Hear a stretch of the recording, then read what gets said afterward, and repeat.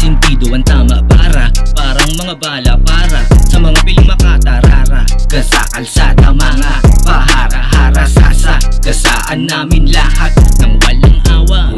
Di ko sana papatulan, pero para matauhan, ito kaya napilitan ako para sila matauhan. Ginalingan ang pag-rhyme, pamamaraan din sa pag-time.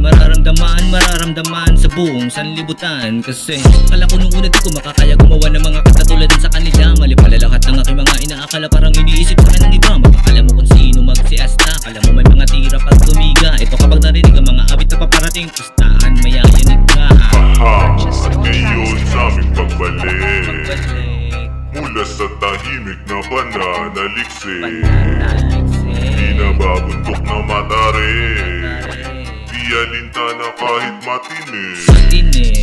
Dahil ako'y sabik na sabik, ako'y sabik na sabik, sabik na sabik. Parang kay Maria Juana palaging nananabik. Biro lang ako ay mabait, bihira ko na lang din shiny. Pagsiyaw mag-set at mangulit, puta ekis lahat ng may hate.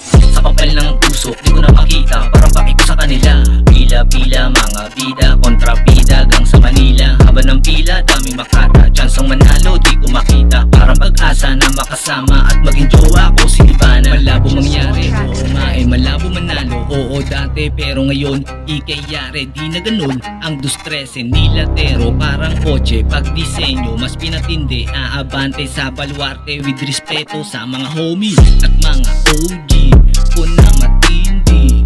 Quattro's finest ay nananatili, 7 lives aking binabati. Respeto ko sa lahat mananatili. Makinig ka para makilala mo kung sino sa akin ang pinakamabagay sa ganito larangan ng mga inuti na hindi makasabay sa mga awitin ng mga pinakabrutalan. Tatapalang ko mga bobo sakit yung mataliwa sa paglapag ng mga bara ko na pinapalibas sa panibagong paggangat ng mga tuso matigas. Pag sumalakay na walang makakaligtas at tatapakan titirikan ng bangungot mo, sabay na paglitaw ng mga naitaw ko. Kilabutan ng mga nagpipilit na kumagat sa pag-ibayo na landas, wala na makakatayo. Dahil isa ka lang naman sa nagdali, isa sa di nakasalo sa pag-atake. Di huwag ka mag-iyabang at magnarte, mga linya mo'y utang puro bakante. Palawagin mo na ang inyong kaisipan sa lagapak ng mga letra kung pinapakawalan bago ka tumapat sa mga pinakabiyasan na pakinggan para magkaroon ka naman ng kaalaman.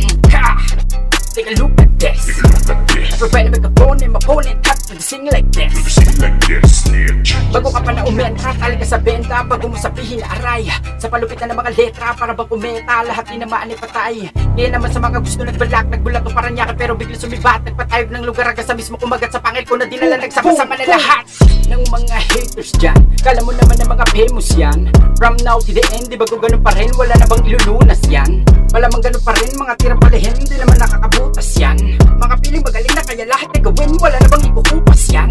For all of them, what you gonna do is to keep yourself advised. Then you need to keep shut him up at tapusin natin tong panabas.